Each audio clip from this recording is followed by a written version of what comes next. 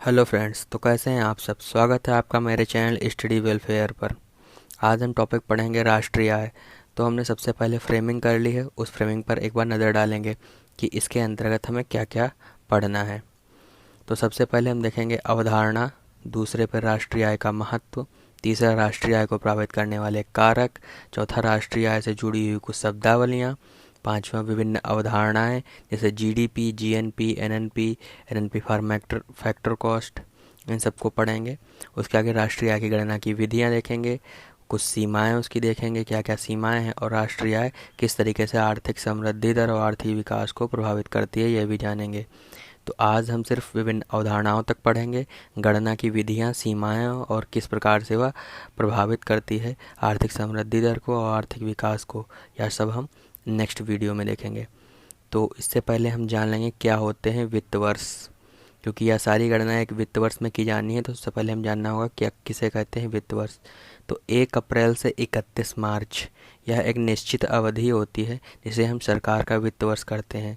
इसी के अंतर्गत इसी के आधार बनाकर सभी गणनाएं की जाती हैं।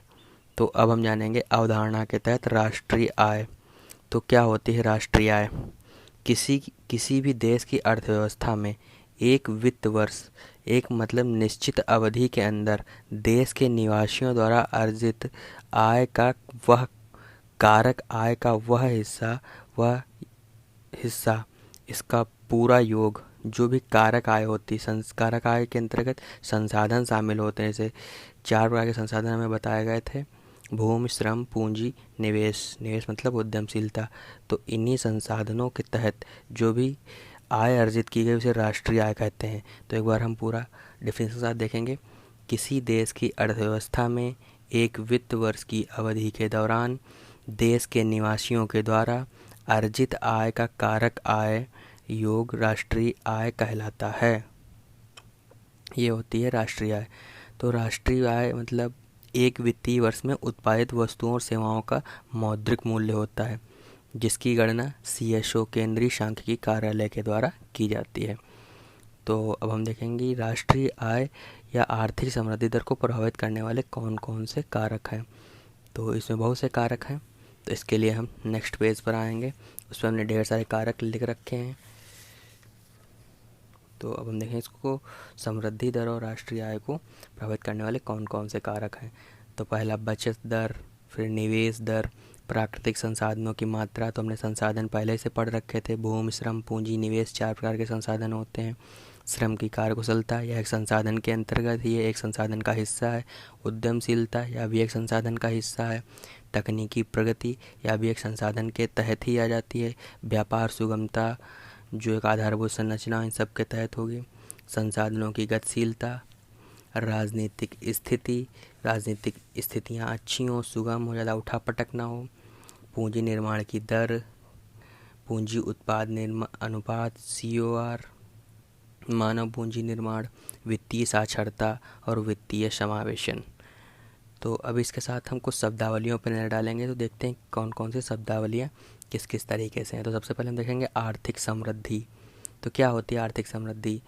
आर्थिक समृद्धि मात्र एक मात्रात्मक विचारधारा कह सकते हैं, जिसमें सिर्फ और सिर्फ आर्थिक रूप से समृद्धि दर को मापा जाता है। इसकी जो मापन इकाई है वह प्रति व्यक्ति आय के आधार पर की जाती है।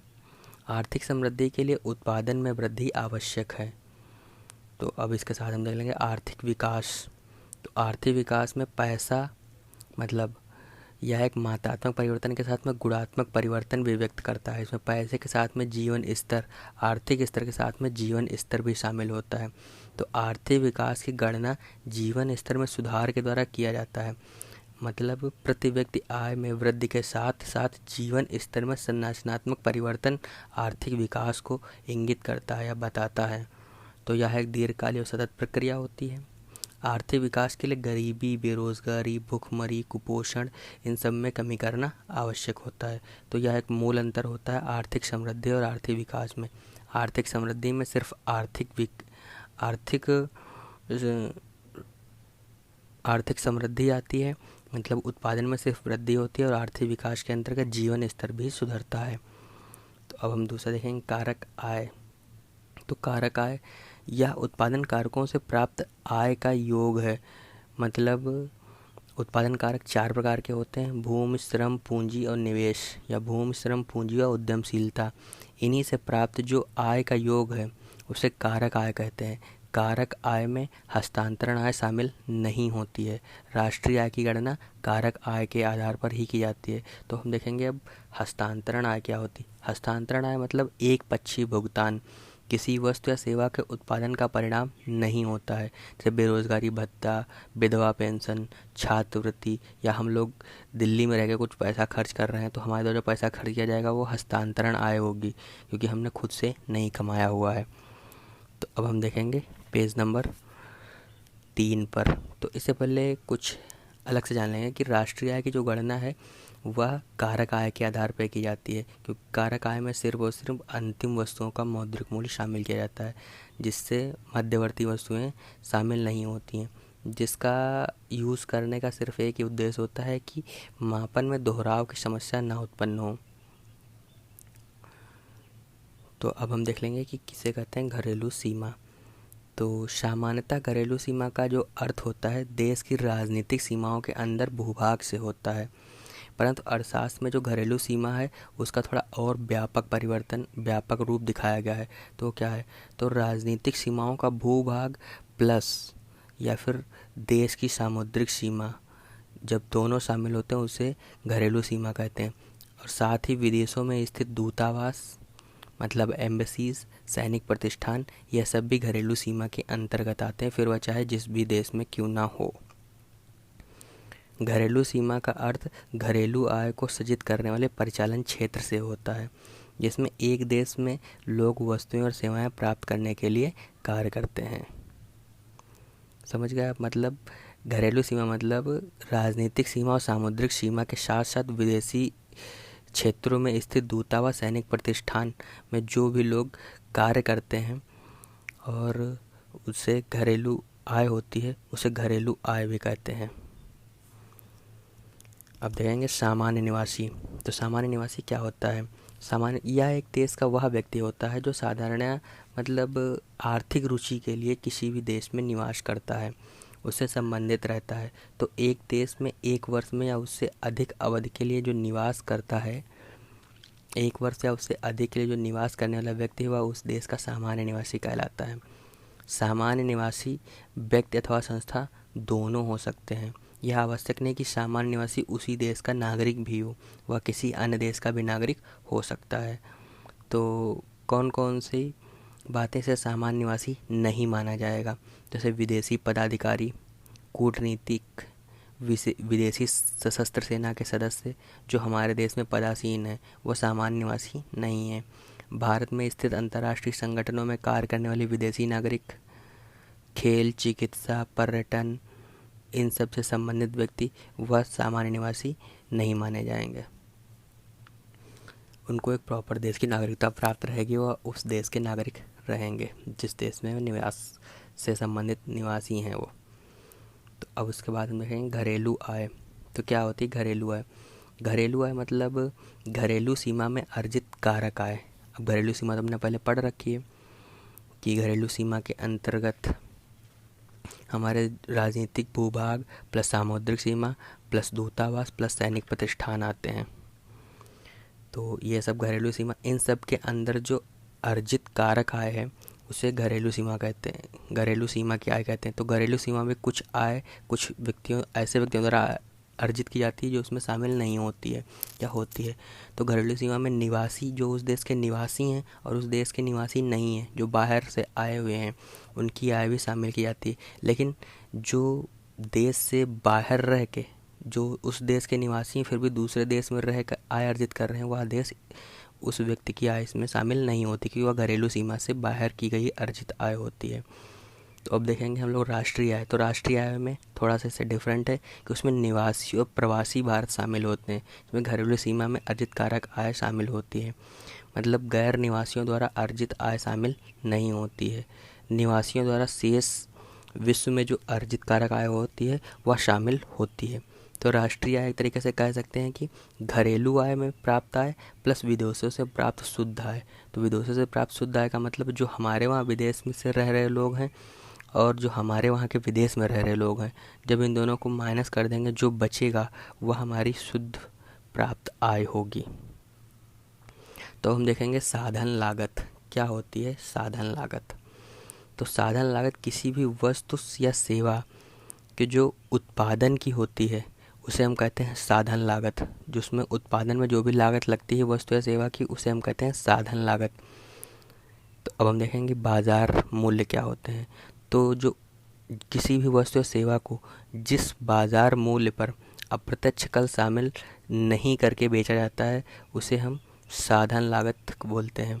और उन्हीं के साथ में जब हम अप्रत्यक्ष करों के साथ में मिक्स करके या ऐड करके जब उन्हें बेचते हैं बाज़ार में अप्रत्यक्ष करों के साथ, तो उसे हम कहते हैं बाज़ार मूल्य। तो इसके बाद हम देखेंगे पेज नंबर 4 पर सकल मूल्य या निवल मूल्य। तो सकल मूल्य और निवल मूल्य क्या होते हैं। तो सकल मूल्य और निवल मूल्य में सिर्फ मूल्य ह्रास का अंतर होता है। तो जानेंगे मूल्य ह्रास क्या होता है। मूल्य ह्रास मतलब किसी भी वस्तु को उत्पादित करने में जो मशीनों की घिसावट या पूंजी की घिसावट आती है उसे मूल्य ह्रास कहते हैं। तो जब सकल मूल्य में से मूल्य ह्रास को निकाल दिया जाएगा तो हमारा जो बचेगा उसे हम कहेंगे निवल मूल्य। तो उसके बाद में हम सबसे इम्पॉर्टेंट अवधारणा जानेंगे, इम्पॉर्टेंट शब्द जानेंगे, वो है जीडीपी, सकल घरेलू उत्पाद। सकल घरेलू उत्पाद क्या होता है, हमने एक फ्रेमिंग करके रखी, उस फ्रेमिंग को ध्यान से देखेंगे। घरेलू सीमा के भीतर एक वित्त वर्ष में निवासियों और गैर निवासियों द्वारा उत्पादित वस्तुओं और सेवाओं के अंतिम मौद्रिक मूल्य को जीडीपी कहते हैं। जब इसी अंतिम मौद्रिक मूल्य को बाज़ार मूल्य से तुलना करके दिखाया जाता है, बाज़ार मूल्य के साथ में दिखाया जाता है, तो उसे जीडीपी फॉर मार्केट प्राइस कहते हैं, जो हमारा अगला टर्म है। इसके बाद में हम देखेंगे प्रति व्यक्ति आय। तो क्या होती हैं प्रति व्यक्ति आय। तो प्रति व्यक्ति आय राष्ट्रीय आय में से जब कुल जनसंख्या को भाग कर देंगे या निकाल देंगे तो उसमें से जितनी भी आय प्राप्त होगी उसे बोलेंगे प्रति व्यक्ति आय। किसी भी देश में प्रति व्यक्ति आय आर्थिक समृद्धि दर का सूचक है।